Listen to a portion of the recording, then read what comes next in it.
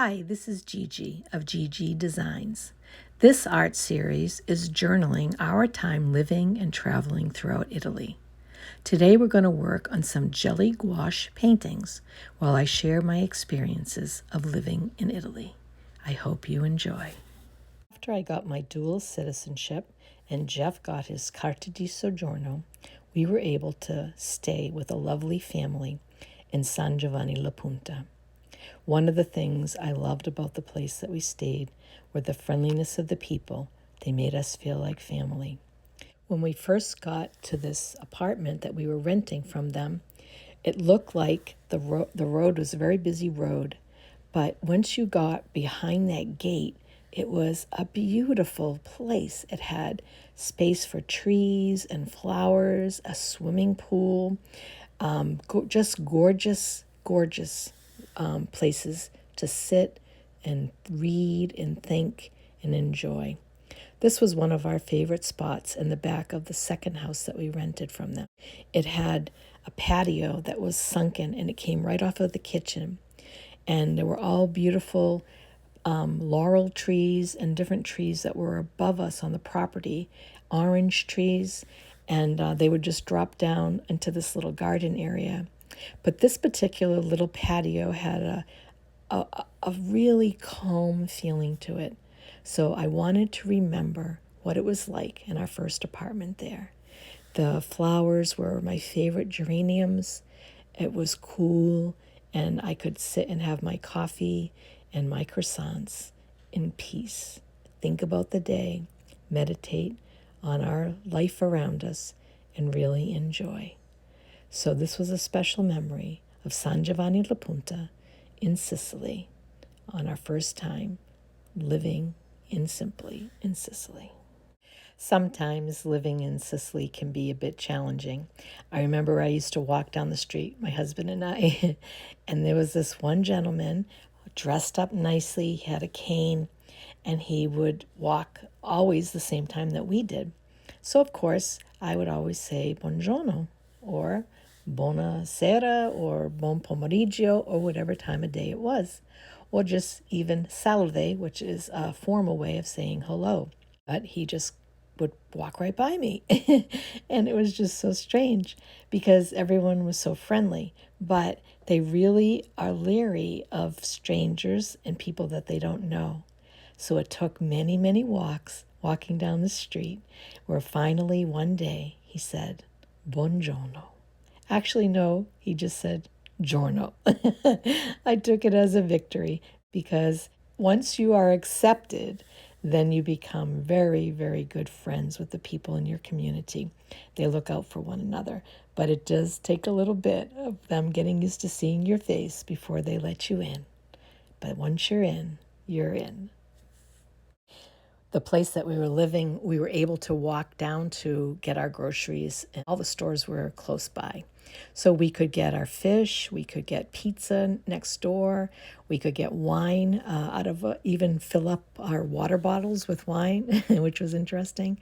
But we had this one little vegetable stand, that we really got to be friendly with the gentleman who owned it, and would always have the biggest smile when we came in. And they enjoyed trying to learn a little bit of English, and they would teach us some Italian. And we would go over the different vegetables, which looked so wonderful and tasted delicious. They had fresh eggs on the counter. They had different things that they would prepare ahead of time that you could buy, like roasted eggplants and onions and so forth. And it was a delightful way to shop, where you were greeted with a fantastic smile with the best food you could ever taste. Another really interesting memory was the way that the medical people treat you. There's a town doctor associated with the pharmacy in your commune, and I got sick. I was having a lot of trouble breathing, and so the people that we rented from, this lovely family, called to have their doctor come. And he actually made a house call on me. He brought medicine, checked me out, gave me some free medicine and a prescription, and told me if I needed anything to just come back. And it was so delightful to be treated medically in this way where you really felt like they took good care of you and cared about you. That was something very different that I really, really enjoyed about living in Italy. Of course, I have to bring out the wonderful coffee and beautiful breakfast treats that we had enjoyed all the time in Italy. I'm not a big breakfast eater, and we quickly realized that they don't have big American breakfasts, which was good for us. But they did always have some kind of sweet, which I do kind of have a sweet tooth, so I really enjoyed. But they had wonderful croissants. They called them cornetta in this area, but we would think of them as croissants. And they had all kinds of beautiful donuts and cookies and cakes and gelato and just beautiful treats that you could enjoy. And they even had arancini and little pizzas and all kinds of things. And the thing that was really great, not only did they taste great, but they were so inexpensive. You could get a coffee for like €1 or even 80 cents. You could get an arancini for €1.50 or €2.50 at a higher end. But it was a wonderful place to enjoy good food, good friends, and a wonderful atmosphere around you. In fact, we got to try some really interesting foods while we were here.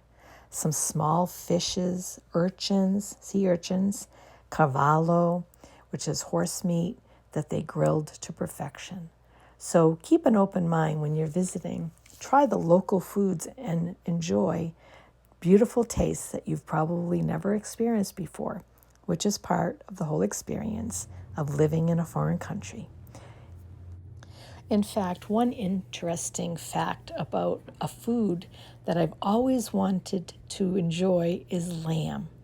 And I just couldn't get past that gamey, weird taste that they had in the lamb in the United States. Everyone raved about how great it was, and it just really upset my stomach. I didn't like it at all. So when we were invited to a friend's barbecue, I asked what kind of meat he was cooking, and when he said lamb, I was like, and he was like, Gigi, you have to try it. It's very different than in the United States. I said, but I really don't like this weird flavor that comes through. And he said, well, the difference is here they will castrate the animal before they slaughter them so that that weird taste does not go into the meat. Give it a try, and I'm sure you're really going to like it. So I said, okay, this is what we do. We experience new things. It can't hurt anything. If I don't like it, I just can have the taste and move on to something else. But I have to tell you, it was the best meat I ever had. It had no weird flavor or taste. It was just sweet and salty and crunchy and grilled to perfection. So now I look forward when I return. When I come back to Italy, there are some favorite things that I have. The grilled cavallo, and I have to have lamb roasted or grilled. And delicioso. You have to try it.